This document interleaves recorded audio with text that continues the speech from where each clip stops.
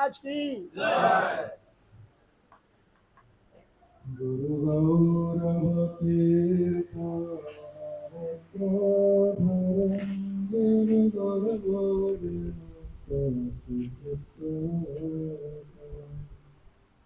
वर वैष्णव सद्गुण सद्गपद प्रणमामि सदा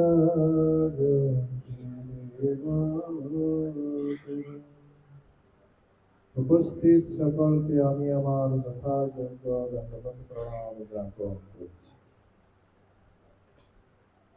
আমরা একটা সৎ ভাবনা সৎ চিন্তা নিয়ে আজকে এখানে সম্মিলিত হয়েছি। আয়োজক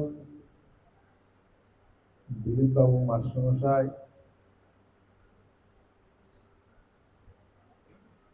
ভালোবাসার লোক না হলে ভালোবাসার লোককে ডাকা যায়, দূরত্ব থাকলে খুব কাছে আসা যায় না। তা আশা করি আমাদের মধ্যে দূরত্ব নেই, তাই আজকে আমরা এখানে একত্রিত হয়েছি। বৈষ্ণব সেবা করলে কি হয়, বৈষ্ণব সম্মেলনের আয়োজন করলে কি হয়, সংসার বন্ধন ছিন্ন হয়। রঘুনাথ দাস গোস্বামী সংসার বন্ধন ছিন্ন করার জন্যই তিনি পানিহাটিতে এসেছিলেন। নিত্যানন্দ প্রভুর কৃপা হলো, বৈষ্ণব সেবার আয়োজন করলেন। কি না চিরাদধি মহোৎসব, সব থেকে তখনকার সময়ে বেস্ট খাবার ছিল চিরাদধি, তাই বৈষ্ণবদের সেবার আয়োজন করেছিলেন।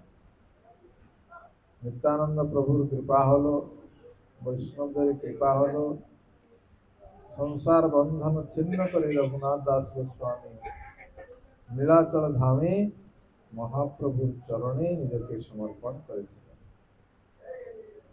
আর একটা জিনিস আমরা দেখতে পাই, রূপ গোস্বামীপাদ রাধা কুণ্ডে তিনি লীলা স্মরণ করে দেখছেন কৃষ্ণ আর রাধা জল ক্রীড়া করছেন, ডুব দিচ্ছেন জলের মধ্যে। রাধা উঠার আগে আবার কৃষ্ণ ডুব দিয়ে আবার ডুব দিয়ে দিচ্ছে, এই লীলা স্মরণ করছেন আর মনে মনে হাসছেন। ওই সময় খঞ্জ বিপ্র এসে দেখছে যে আমি খঞ্জ বলি, তাই রূপ গোস্বামীপাদ আমাকে দেখে হাসছেন।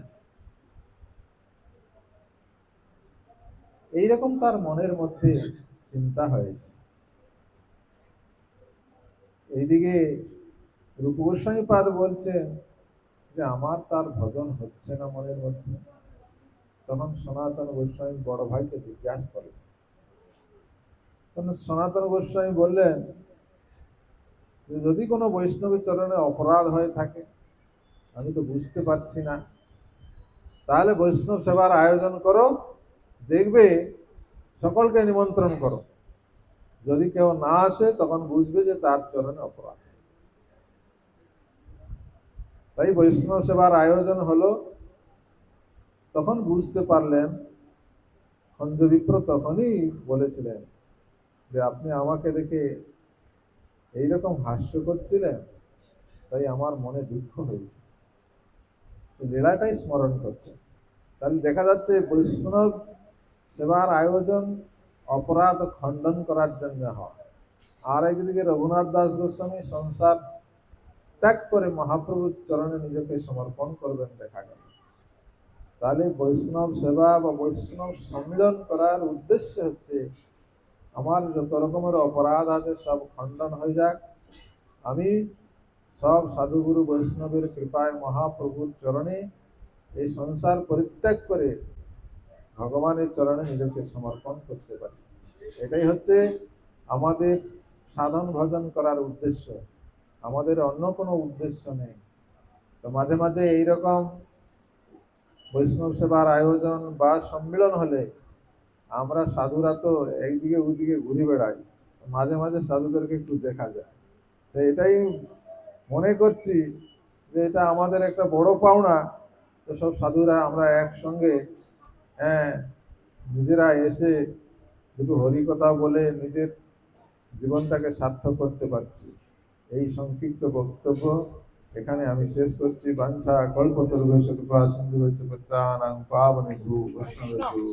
আমি একটু 1 মিনিট সভাপতি মহোদয় আদেশ হলে এক মিনিট, আমি